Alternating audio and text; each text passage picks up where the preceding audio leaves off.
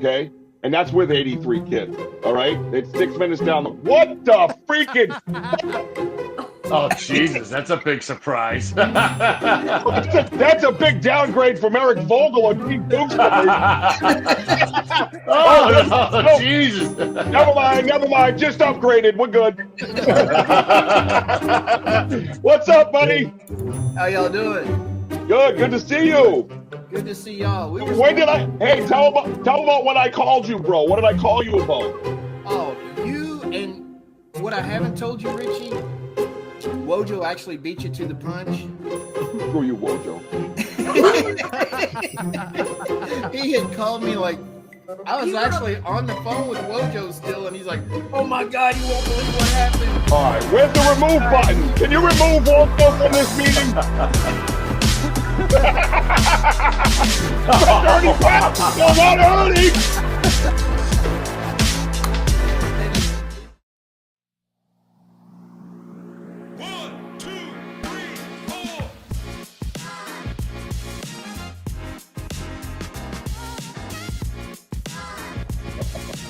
What's up, everybody? I'm Richie B from Banter with Richie B. Hey, this is Ernie Pack. We're Pac-Man Paranormal. Hi, I'm Eric Vanderlaan from War Party Paranormal. I'm Jay Lynch from Dark Realm TV. Hey, this is Joe Kudo from Dark Realm TV. What's up, strangers? I'm Scary Gary. Hey, how you doing, everybody? The Squatch Man here. Hi, this is the Wojo. Hey everybody, I'm Jason Schneider from LAP Productions and the Dark Realm TV Network. Hey guys, my name is Sarah Sophia from KUWS. You're watching the Animal Podcast Show. Yeah, don't forget to tune in to the Animals Podcast. You won't be disappointed. You are now watching the Animal Podcast Show, so stay tuned. And you're watching the Animal Podcast Show. And you're watching the Animal Podcast Show. And you're watching the Animal Podcast Show. And you're watching the Animal Podcast Show. So there. Watching the Animal Podcast. And you're watching the Animal Paranormal Podcast. Let's go. Boom.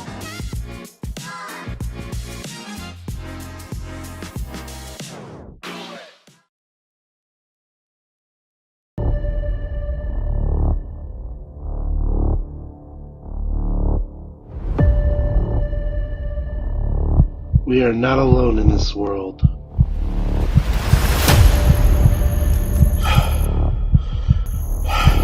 We are being watched. Join me on Animal Paranormal Live.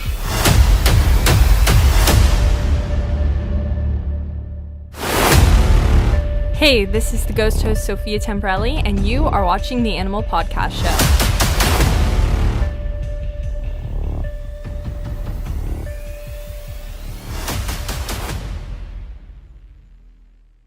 With your favorite station.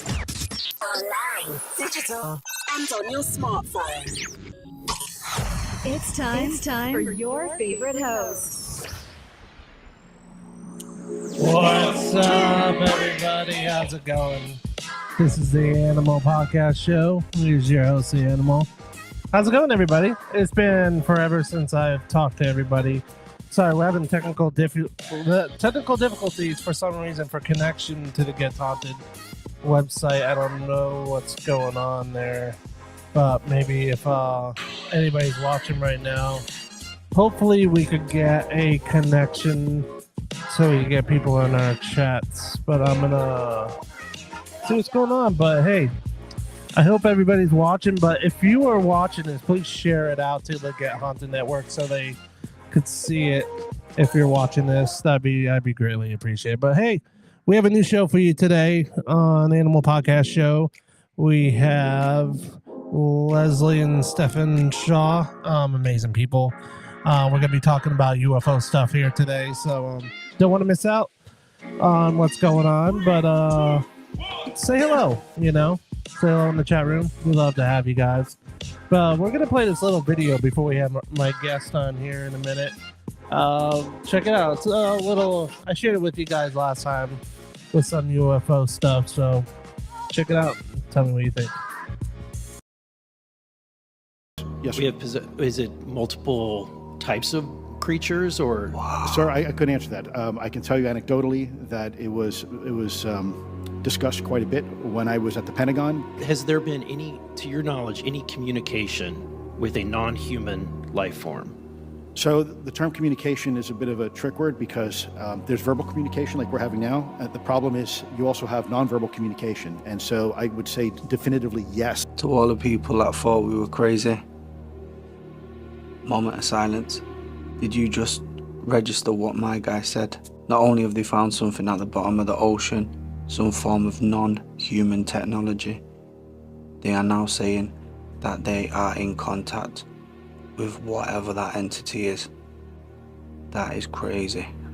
We all know that they've known this for a long, long time, which sparks the question, why are they telling us now?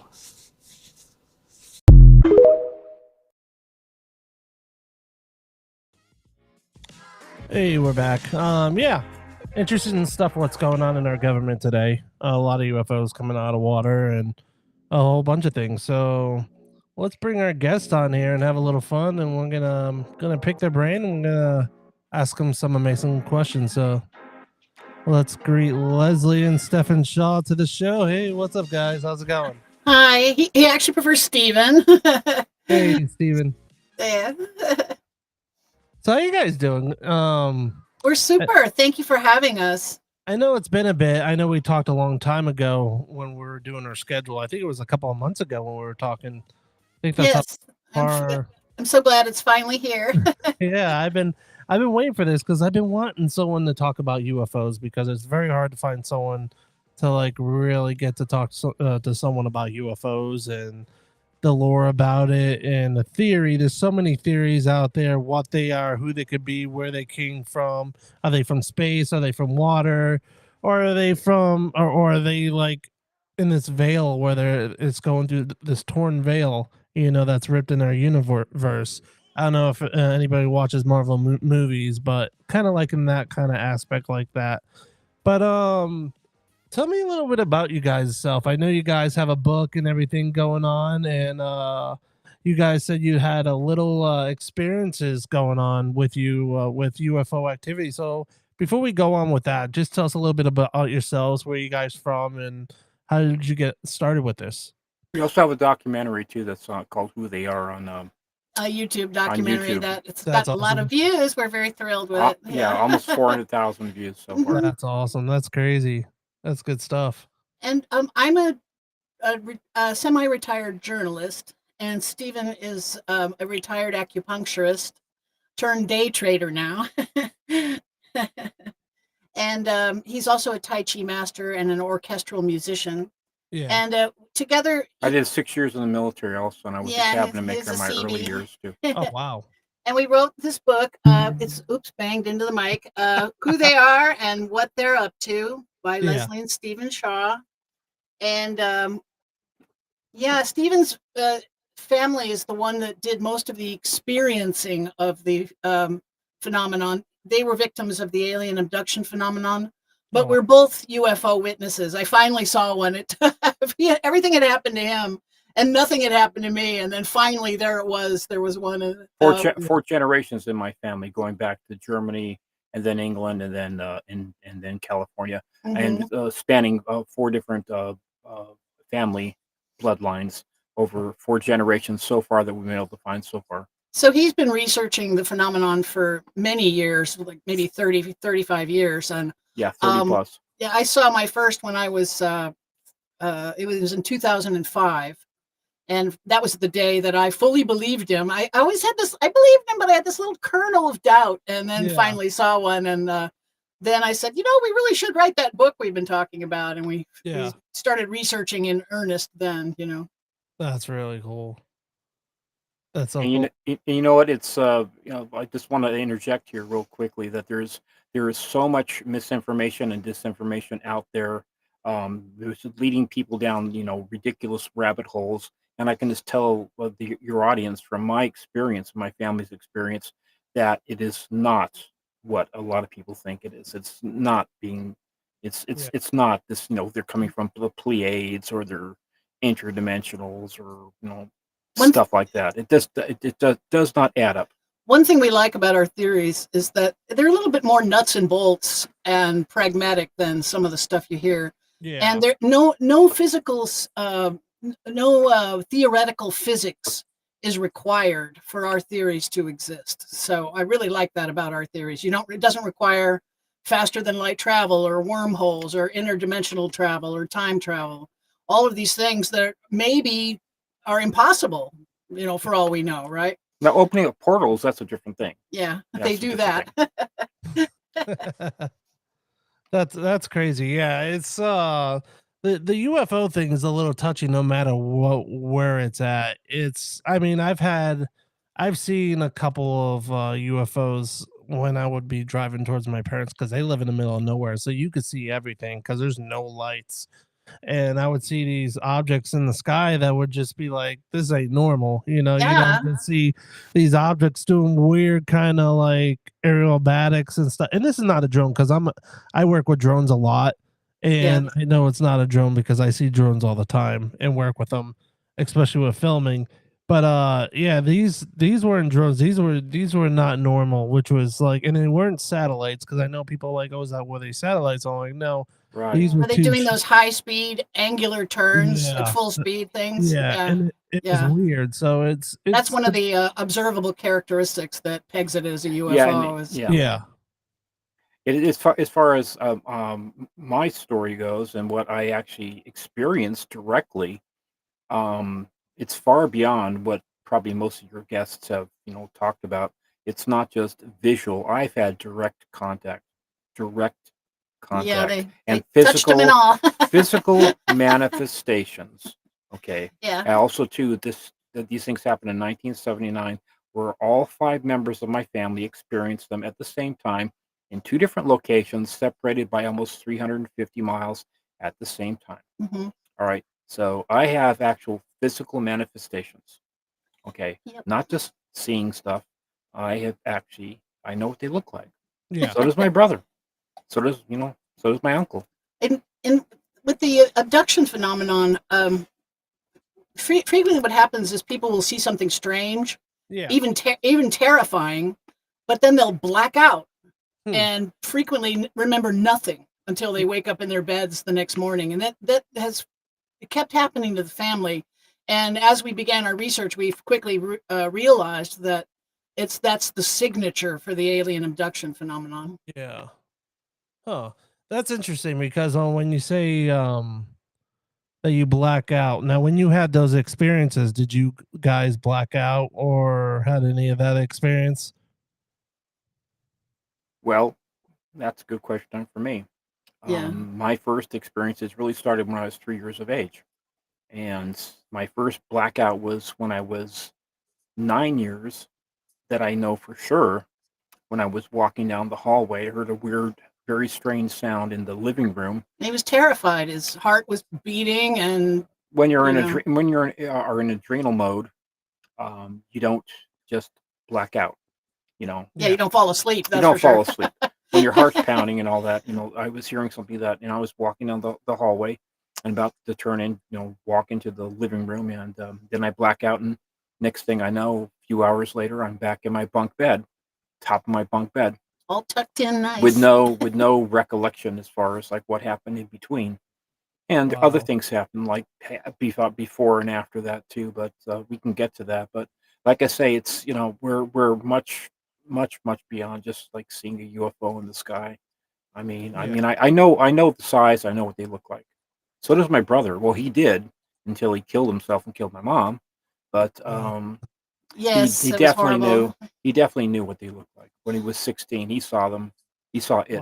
Yeah, Philip, his younger brother, he had these events frequently come in clusters. Stephen had a cluster of 5 days in a row in 79, and his brother in 82? 82. 82.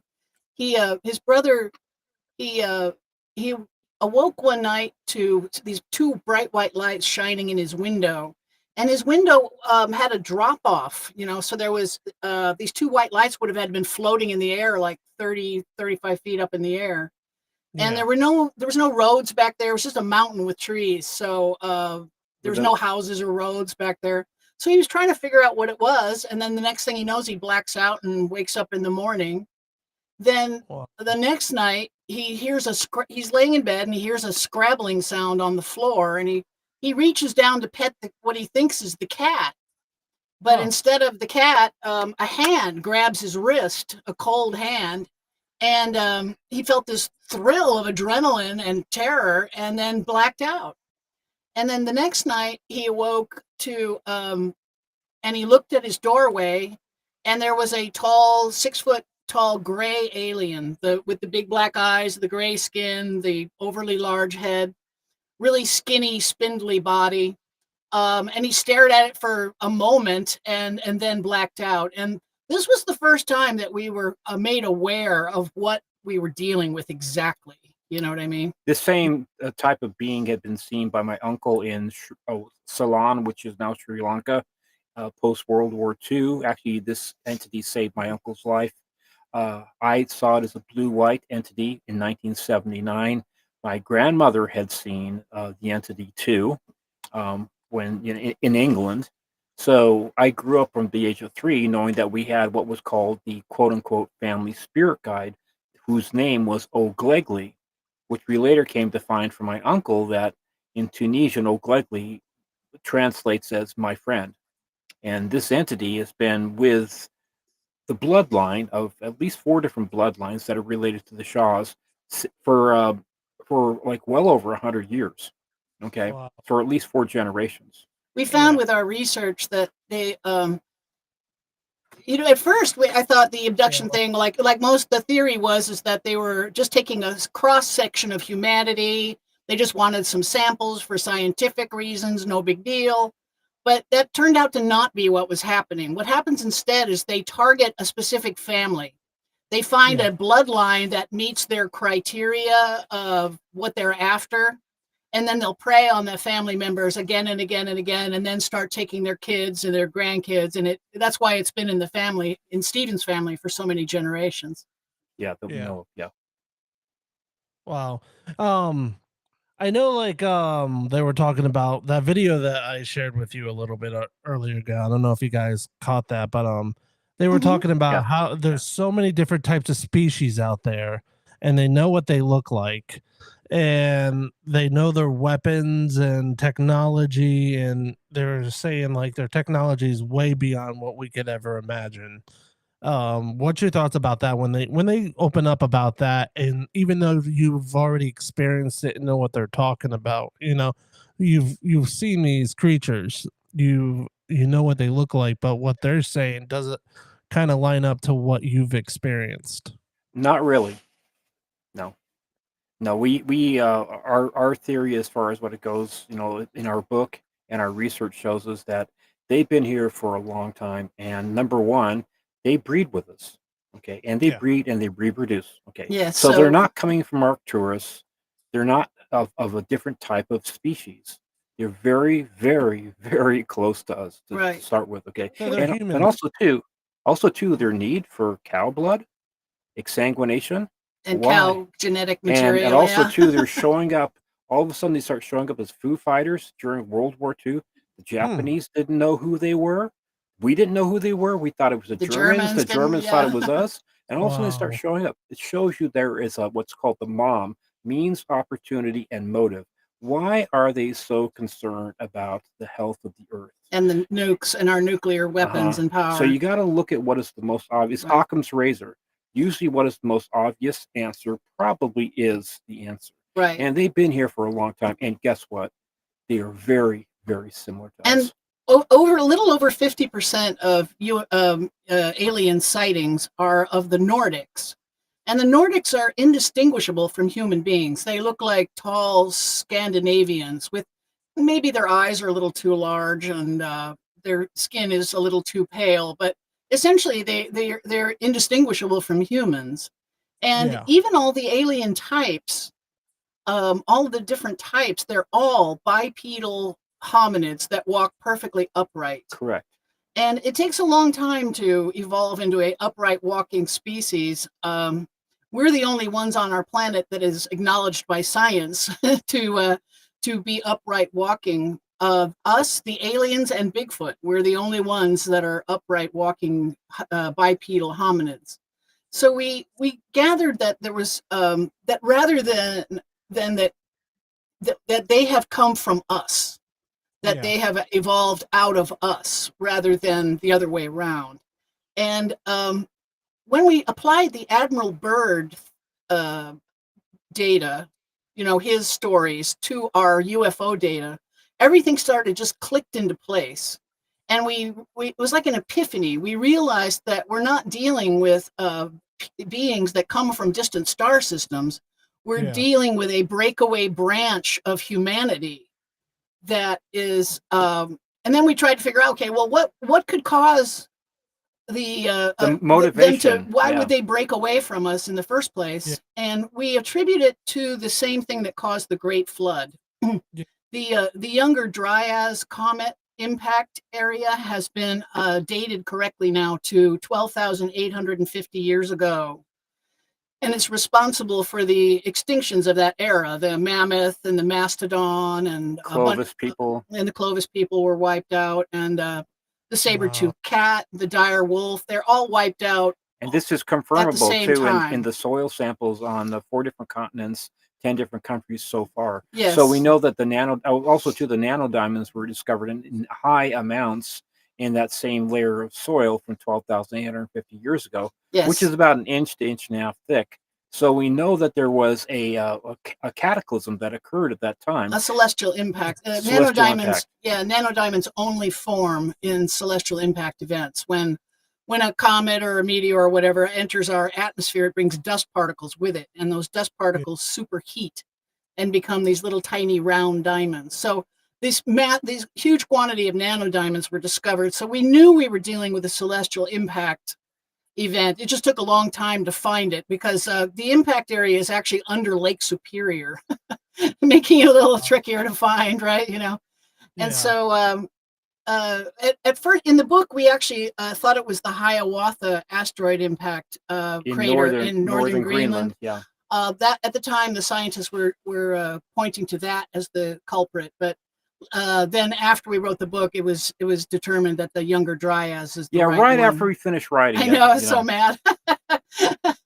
Who knew? They're so close to each other. They're only like 850 miles apart, But like I like to say, it's still Colonel Mustard with the knife, but it's Colonel Mustard with the knife. He's not in the kitchen. He's in the dining room. The conservatory, maybe. But it's still the net effect is still the same thing. The tsunamis occurred. The flash freezing of the mammoths and all the animals that were in Siberia, the trees, like the alder trees. Froze with seeds pods still on them, Flash freezing that occurs only when you get something that happens almost instantaneously. So we have the evidence there, And we have so many stories, ancient stories about people going underground, retreating underground. Right.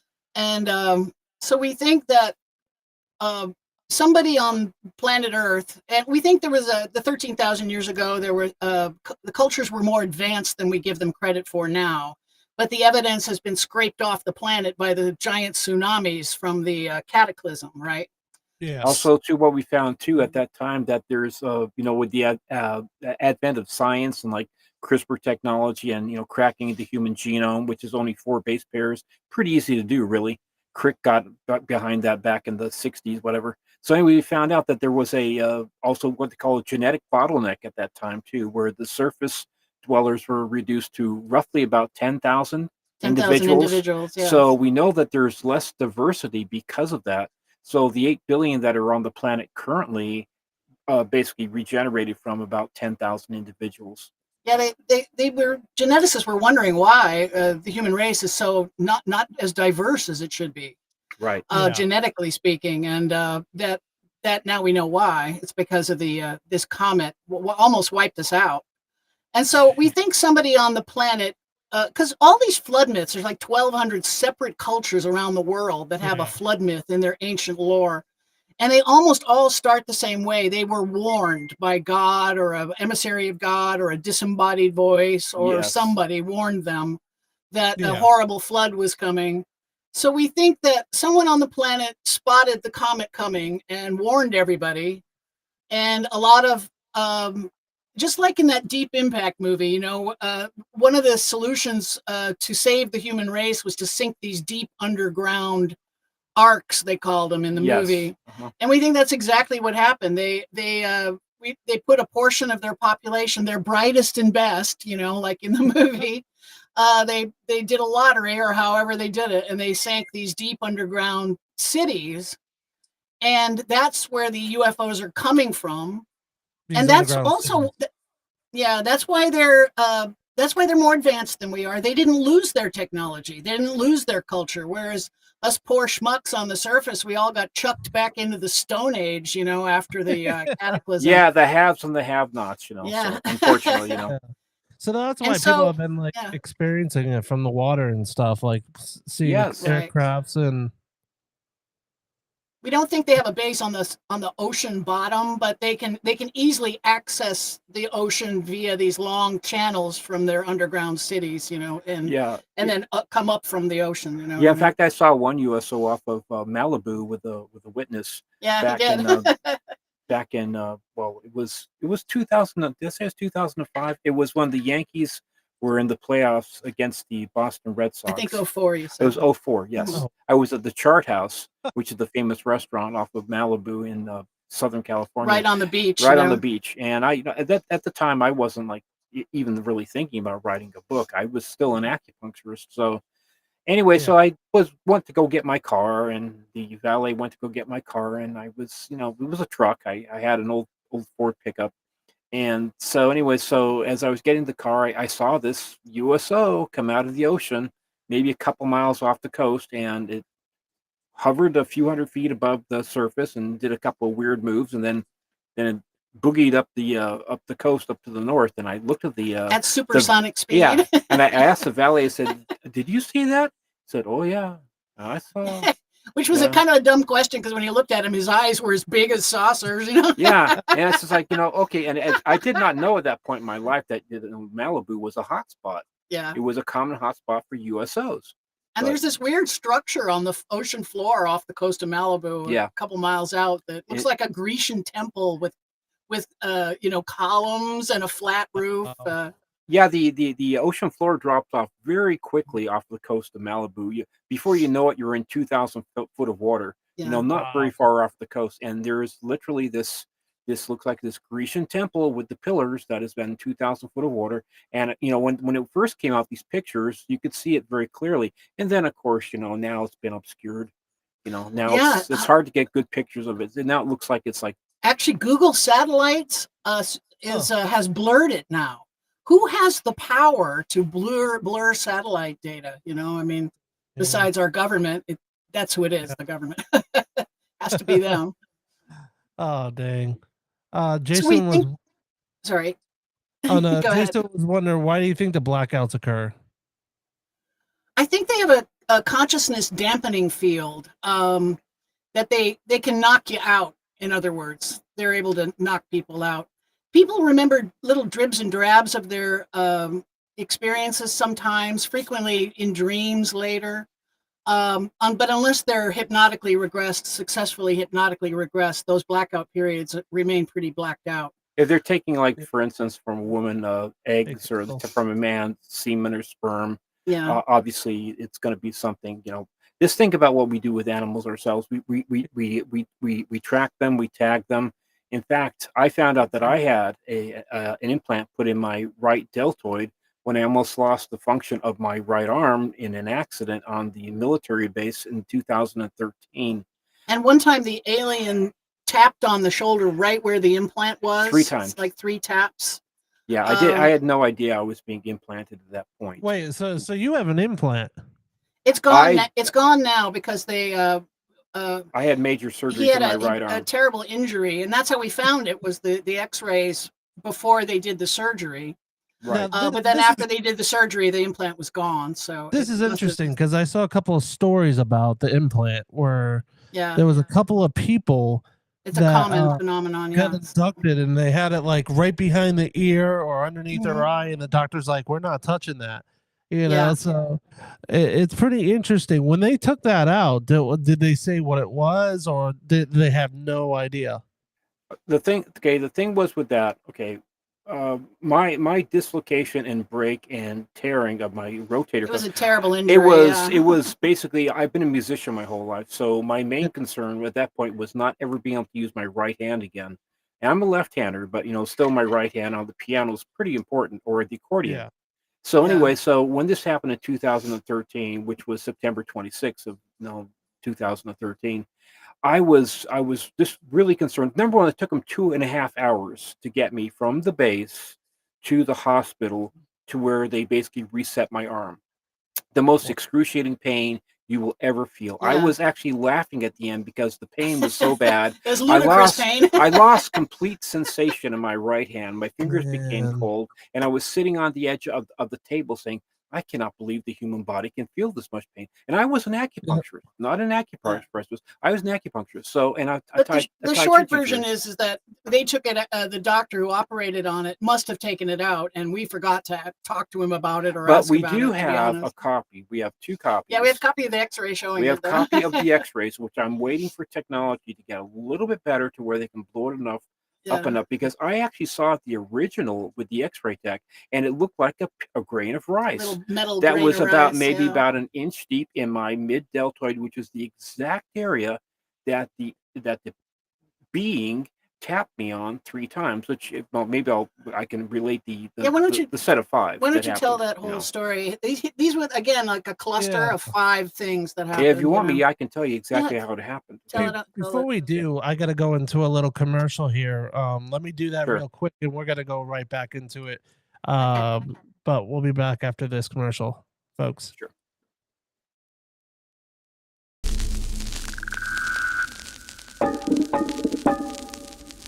In the shadows, something stirs. A whisper in the dark, a flicker at the edge of sight. You tell yourself it's nothing, but deep down you know. There are things in this world beyond explanation. Forces that defy reason, entities that shouldn't exist. What lurks in the spaces between reality? What terrors await in the realm of the unknown? Dark Realm TV, where the veil between worlds grows thin and the impossible becomes undeniable. A nexus of nightmares, a confluence of the unexplained, all converging on your screen. Ghosts, monsters, alien encounters, and more. Every dark corner of human fear and wonder, where your worst nightmares come to life. Coming this fall. Sleep with the lights on.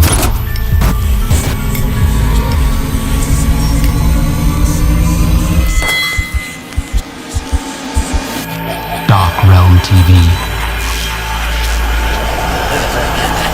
Coming soon.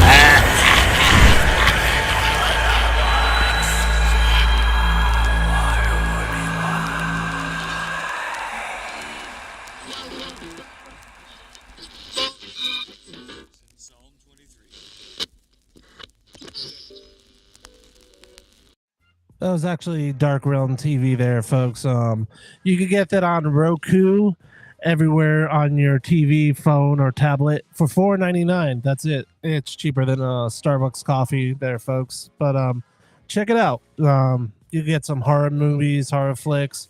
You got podcasts. You got all different type of shows. But for $4.99 on Roku TV, download the app, and pretty soon, I found out that it will be on Fire Stick and Apple TV pretty soon, so you'll be able to download on those apps too. But we are back with amazing Leslie and Stephen Shaw here. We're talking about UFOs. It's just pretty interesting on what we're talking about because UFOs intrigue me. And I want you, before I cut you off there, I want you to explain that story that you were going to talk about, because it's just that chip that you were talking about where he tapped you. That's pretty crazy. I've been hearing a lot about that lately, even stories of just people getting abducted, and you're not the first one. And it's interesting that I'm hearing that multiple times where they're putting chips in people, and it's just like, why are they doing that? What's the purpose for it? Are they studying us? Are they wanting answers from us? Or are they just learning our body language? Well, okay. You want me to relay the stories that Yeah, the the events. But the chip thing, they give off radio signals, and when they're taken out, the radio signal changes. We believe they're tracking devices. Yeah. Yeah, but go ahead, darling. I'm Yeah. sorry. Well, it started in January of 1979. My father and I were cabinet makers. He was the master. I was the apprentice, and my sister was living with us. She was 13. I was 18. My brother and my mom were living in the house that we were actually building ourselves because we were builders up in Sonora, California, in the lower Sierras. So there was 350-mile difference between the two houses. So, anyways, the first night in January, my dad came to breakfast and he said, Stephen, and this guy was a Bobby, which is a cop in England from 1952 to 56, and before that, he was in the Royal Air Force for 2 years, post World War II. No nonsense guy. Anyway, so he came to breakfast and he said to me, he said, my closet doors opened and closed on me last night in the middle of the night, Stephen. And so I thought, to me, I was thinking, great, Dad, you got a really funny dream, not thinking too much of it, right? They shrugged it off. Yeah. So the next night, at that point in my life, I just started studying Tai Chi for about a year, and I was reading a lot of Paramahansa Yogananda's work. So I gave my dad this book to read. Thought he would kind of enjoy this, really short little book. And this is 9 o'clock at night. He came back into my room at 9:30 with this puzzled look on his face, saying, "Stephen, I'm hearing a silver bell." And I said, "Okay, Dad." So I went into the living room, and sure enough, there was a ding, ding, ding, just like the sound of a silver bell, but it was coming from inside the 2x4 wall by the fireplace. And we looked at the flue, and we were like scratching our heads, like, where is that bell coming from? So we got my sister, and she came into the room, and she said, "Where's that bell coming from?" And we banged on the wall again, looked up the flue, trying to make sense of it. Right, went on for a good 10 minutes, and then it stopped. Now the next morning, it was our tradition to always call my mom and brother up in Sonora because we're a separated family because of the reasons, because we have to make money and whatever. Phil was going to school up there, and my mom said, the funniest thing happened last night about 9 o'clock at night, Jeffrey. I heard this bell ringing, and I thought it was the phone. And she picked up the phone, and there was this voice, this male baritone voice on the other end saying that something to the effect of, "I am the invisible on Beachy," which could have been old Glegley. But anyway, so I asked my brother, said, "Philip, did the phone really ring?" He says, "No, I didn't hear it ring, but Mom picked up the phone and she was trying to have a conversation with somebody." So I said, "Okay, great." So the next night, the following night, I went to bed in my bedroom, my usual what I would do, and I was awakened by this sound in the air. And I thought, well, maybe it's a bug or a fan or something like that. And I decided to ignore it. Kind of looked down the hallway, could see the little light in the kitchen. So it wasn't completely dark. So, anyways, I tried to roll on my left-hand side and try and go back to sleep. And then my bed was pushed from the base of the bed. 2 gentle push.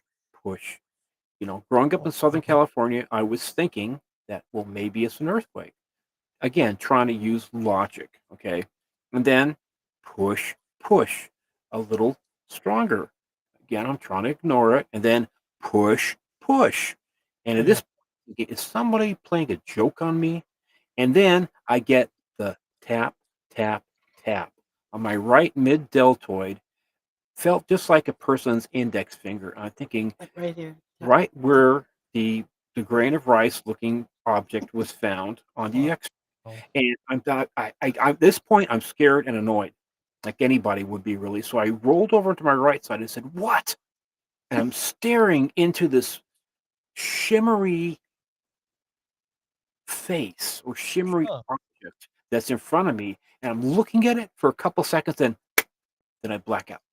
Wow. I told my dad about it, and my dad and I don't know what to think of this. So guess what? The next night, I decide I'm not going to sleep in that room. I don't know what happened, but I'm not going to sleep in that room. So I slept on the couch in the living room in my work clothes from the day. And I woke up about 5:30 in the morning, January, so it's dark. Okay. And I look at my piano, think about what music I was going to play that day, and I listened to the fountain in the other room. So I was awake. I wasn't in any type of sleep paralysis. I could move if I wanted to. But I thought, you know what? it's dark. I'm not going to get up at 5:30 in the morning. And then this entity from the front door, which was 25 feet from where I was sleeping, behind me, because I was sleeping face up. Okay, so this entity, 6.5 foot tall, I'm guessing, blue white, came walking, floating over to me, filling the whole room with blue white light. It took about 1.5 to 2 seconds, stopped by my right side, and it was like a knife went down my right side of my body. The whole part of my body just became, I couldn't move it. And effectively, I really couldn't move the left side either. It was just basically, it was like this shut off, just like flicking a switch that quick. And the entity bent down to me and whispered into my ear, not in my head, I gotta be very clear about that, into my ear, said, "Hi, Steve." You know, couldn't tell whether it was male or That's female. crazy. I could not tell. It knew his name. And here I'm thinking, as an 18-year-old, I'm thinking, I'm going to see the family spirit guide, Old Glegly, that I've heard about since the age of 3, Yeah. that people have met and seen. But the other part of me, the sensible part of me, is saying, dude, you can't move. You have no ability. I couldn't even close my eye. My right eye was open when this thing happened. I could not even close my eye.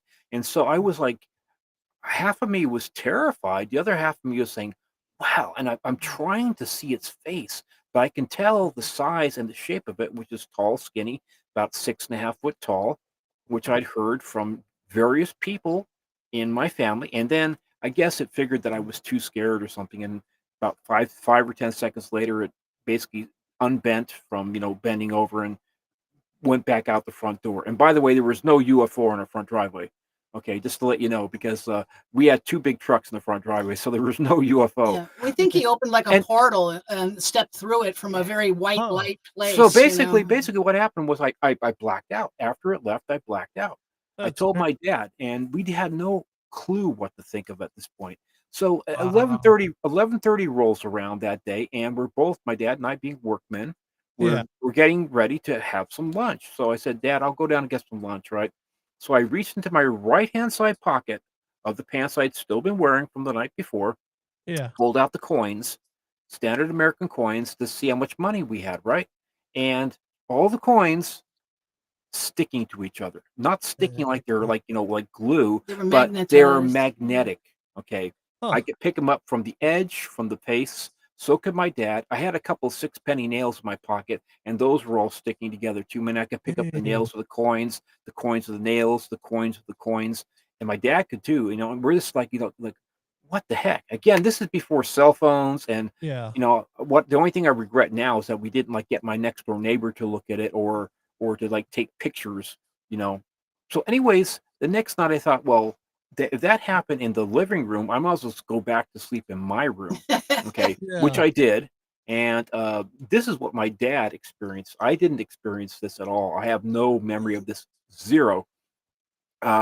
He was awakened by, he just woke up, whatever. He was awakened by something, and he saw this wall of blue-white light that was encompassing all of my doorway for my bedroom, because we had a hallway separating us. And he was getting up he said, I got to get to the bottom of this. What's all this then? The cop part of him took over, right? So he said, I'm going to find out what's happening to my son, right? Yeah. And so he was getting out of bed, and then this voice, this time it was in his head, like a telepathic type of communication, said, Jeffrey, just go back to sleep. Nothing to see here. Everything's fine. Steven is fine. And that's what he did. We went back to bed. And I have absolutely zero memory of that. My dad was the one who told me about it. So it was like, again, it happened in a set of 5 for me and my family. My whole family experienced it in 2 different locations over the same time period.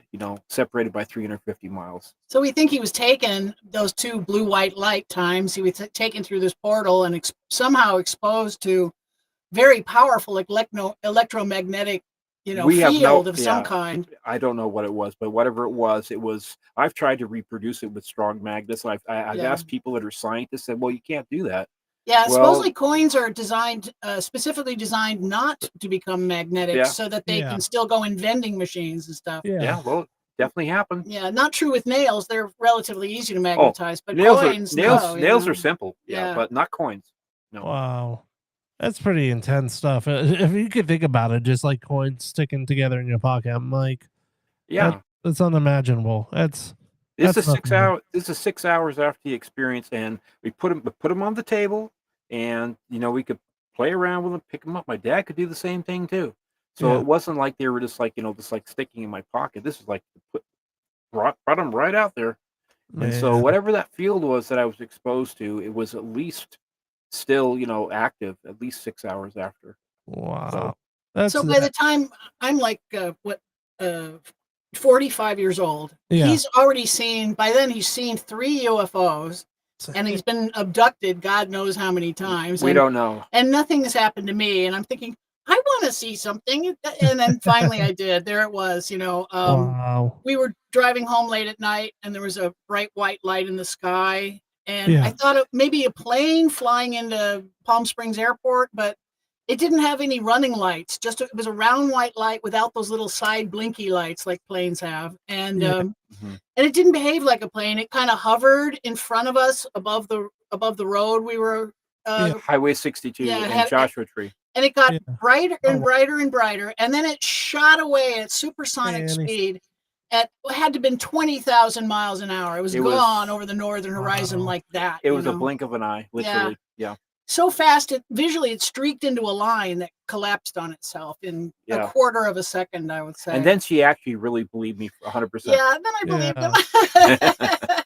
Like I know All we the have, way. I know we have a few minutes, and I got a lot to pick your brain on. But like, Sure. that's really crazy. Just to think about. You'd be able to experience that. Do you feel like they ever like follow you around still? Like, Oh yeah. you think Yes. they have their eye on you for some reason still? Or Mhm. that's why they're like showing Leslie also themselves so they could like. Yes, know. the second UFO sighting, it seemed like they were just letting us know we moved, right? It was like it was right after we They- moved, and it's like, oh, we still know you're around. We know where you are. Yeah, kind this of one, thing. this one, it was like went off like a bell for me because where Yeah. we moved to in 2020, just before Halloween. It was like maybe Yeah. a week before Halloween 2020, Mhm. and it was our backyard has this very small view of the sky, right? Yeah. Okay, so we're in Desert Hot Springs area, and there was this bright, pretty big too, bright white UFO, soundless again, that was just hovering there, and then it started making these angular motions, completely soundless, and then it went off after a bit. I was thinking I should go get my phone, go get my phone, take a picture. But But then it was gone Then it again. was gone. It was just, and it was to me, it was just like saying, "Hey, Stephen, we know where you moved to, and we're just saying hi." But I've had encounters here since we moved here Yeah, over like the past. what was the thing where we think he was taken recently, and he actually Mhm. awoke on the table, and Oh yeah, they yeah. had him on, and he heard him like saying something like, "This guy knows too much. We have to zap part of his brain or something." Right? Yeah, I was saying I was on this Recently. table. I was on this table. This is in the past 6 or 8 months, I guess it was. It's past 6 or 8 months, and I was seeing my brain on this screen, and there were these tall, skinny entities, and they were literally saying, this guy knows too much, and they were systematically zap, and I was feeling the zaps too, the like electric zaps. I was feeling these zaps on my head, like they're like going to different parts of my Yeah. cerebrum and neocortex, and they're like taking out parts, Of his memory, zap, zap. I mean, I still have things happening. I have entities that come into my room from time to time. I was going to sleep several months ago, and I felt like a very light bodied person got into the bed next to me. And I've had so many things happen over the years, like the 3 knocks behind my head, knock, knock, Yeah. knock, as I'm trying to get to sleep, right? So, anyways, I felt this entity get into bed, and I said, "Okay, I don't know what you want, but I'm just going to go to sleep anyway." What do you want now? All right, so what do you want now? So, anyways, I woke up about 6 o'clock in the morning, wanting to go to the bathroom, and I was laying on my back, and from outside, into my right ear, again, it's always my right side for some reason. This feminine Asian voice, a woman's voice, said, "Husband, just as clear as day. And it wasn't in my head. I wasn't asleep, wasn't anything like that. And it wasn't me. And it wasn't her, but it was just like, what the hell? And then recently, about 2 weeks ago, I had just come back from going to the bathroom again. All right. Now I was not asleep, and I was laying on my back, and I was trying to get to sleep. And then I got, the theme from Green Acres? You may be too young, but It goes bum bum bum bum bum bum bum. that was the knock on the wall. That was the knock on the wall, and I have no idea. Okay, it wasn't in a dream. I was completely awake, but it's just like, just as clear as day. And I don't have a TV in that room. Okay, Yeah, it wasn't the TV. It wasn't the TV. It wasn't anything. And I haven't watched Green Acres in 50 years. Yeah. It's like why would? But I'm a musician, so I know what the Green Acres theme, Yeah. how it Yeah. starts. But Yeah. it was just I'm still getting. There are other things that have happened, in the past since we moved So here too. the so. short answer is yes. Yeah, they're still checking. They're still with us, checking on me. Yes. That's crazy. That's But awesome. you had some questions about like what's going on now, right? Yeah. Like, are you having anything like going on right now? Like, they still trying to get you, or? Well, the thing about being on the table where they were zapping Yeah. me, yes. So recently, they took yeah. him recently. We think. That was one of them. Mhm. Yeah. Man, But I meant like the disclosure projects and Immaculate Constellation and those kinds of things are going on in our government right now. yeah. It's fascinating. When we listen to of course we watch the hearings, All of them. and then I read the transcripts and I go through the hearings again online, and a lot of it is not news to us. Like we in the ufology community know that there are crashed ships and dead alien bodies in our possession, right? Yeah. And maybe even a few live ones. Yeah, and according to Richard Dolan, who's one of the most respected in the field, there's been in the past 100 years there've been about almost 130 recovered craft. If you take in Lots of consideration crashes, yeah. Russia and China and different countries, there's been well over about 130 crashes. But we know, so our government became aware of these beings. We think we don't know exactly what the first time was, but there was a Roswell type of crash that took place in Cape Girardeau, Missouri, 1941. in right? 1941, and they didn't leak it to the media, so it didn't end up like the big media circus like the Roswell event did. They quietly gathered up the ship and the dead alien bodies and shipped them off to Wright-Patterson Air Force Base in Ohio. So we don't know when they first learned about them, but by then they certainly knew about them. It might have actually been from Mussolini and Hitler. That was in the 30s, because Mussolini. There was a crash in 1939, Italy. I believe, in Italy, and Yeah. So Hitler and Mussolini It were was also 30s. aware. Yeah, it was the mid 30s. Yeah. Mhm. So, and then we think Admiral Byrd had contact with them. It's written out in his diary. We think that there's a base under the ice sheet of Antarctica. And we think this for multiple reasons. It's not just Byrd's testimony. But there's whistleblowers have confirmed one of Byrd's statements that he flew into a giant hole that led him to the underground ice world of the Ariani, they say. And he met with this a man, it's always humans, right, that called the Master, looked like a Nordic alien, a Scandinavian looking man. And he said, welcome to the underworld of the Ariani. Normally, we have nothing to do with you surface people and your barbaric wars. They think of us as barbarians. But he said that, but we have to intervene now because you've learned to crack the atom. And this is a power that you are not ready for. Your people are not equipped to handle this power. Yeah. And so it's backed up by the Anita data. There's these antennas have read cosmic rays coming up out of the ice sheet of Antarctica. There's a hole that a whistleblower spotted, an enormous hole the size of a football field that you could certainly fly a plane into. Yeah, it's the no-fly zone. Yeah. And there's a huge no-fly zone that we've set up in Antarctica. And then my question is, why? Who cares if it's just a big nothing burger of ice fields? Then why would we have this very strict no-fly zone?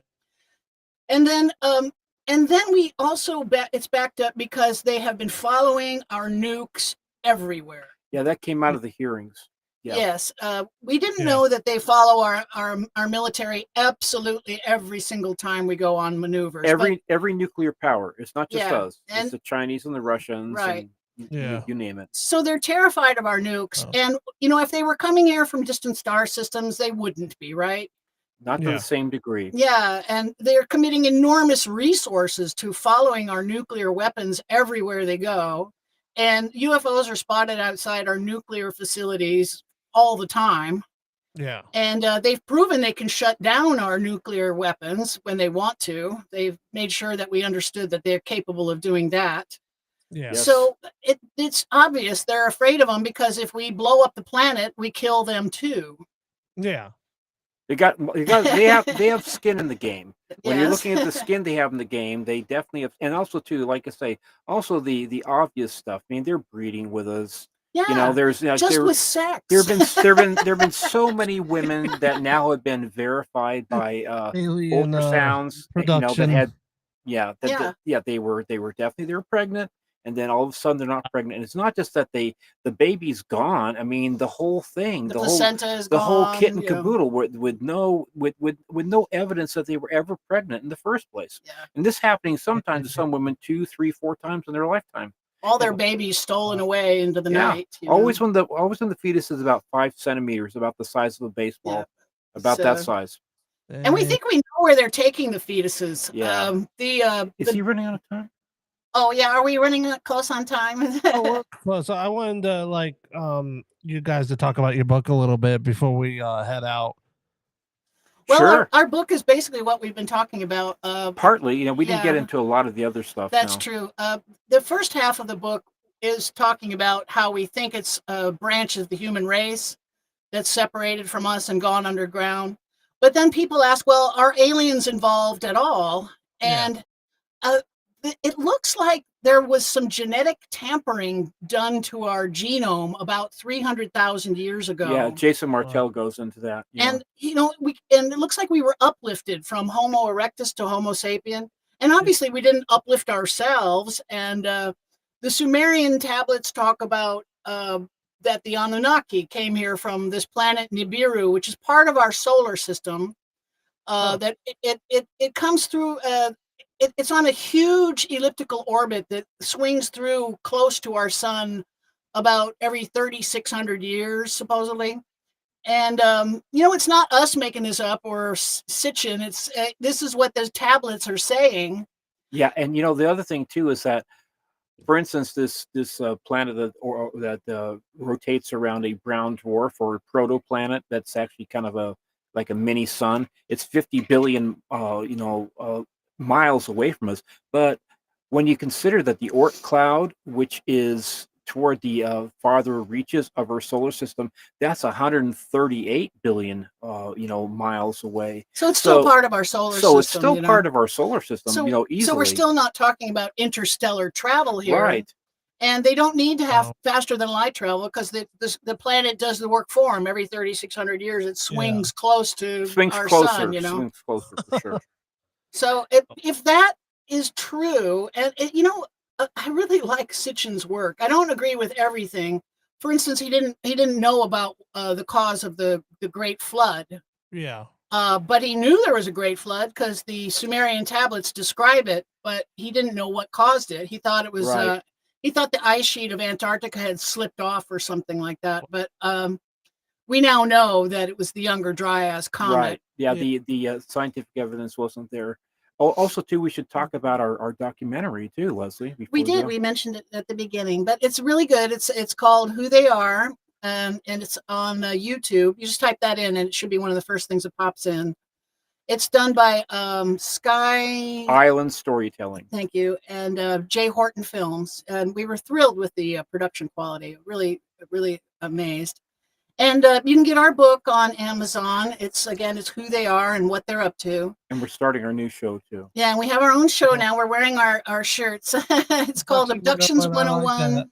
That's really cool. I gotta have you guys on again because like there's so much knowledge I'm learning about this, and I got so much to pick on your brains about this. Sure. We'd be thrilled to be back on. We'd love it. Yeah, we're gonna have to have a part 2 here, definitely for sure, because there's so much. Like an hour can't even come by. Like, Yeah, we're scratching the surface. Yeah. That's for sure. yeah, just scratching the surface. But thank you. So where can people get your book, and where can people find you guys? Yeah, on Amazon, just type in Who They Are and What They're Up To by Leslie and Stephen Shaw, and it'll come right up. And also, if you pop onto our Instagram page, the link is there for the book as well. And That is. and it's at leslie.shaw.author. And our Facebook handle is the same. But if people want to contact us, if they have any questions or they have any, they want any help or of any kind, just direct message us on Instagram. We'd be happy to communicate. Right. No problem. That's awesome. Definitely we're gonna have you on here, definitely, hopefully pretty soon have a part 2. But thank you so much, guys. Thank you everybody for listening on the Animal Podcast Show. Thank you. Thanks for having us. Oh, thank you. I'm gonna put you in the back room here. We're gonna go to a little commercial here, and then I'll end the stream, and we'll have all live, peace, and prosper. I can't do it. But no, Bye, this everybody. is definitely a fun show. Thank you guys so much. And this episode will be on Dark Realm TV pretty soon. So like I said, download the Roku app and check it out. And that's all she wrote, folks. And you guys have a beautiful night, and I'll talk to you guys in the green room here in a sec.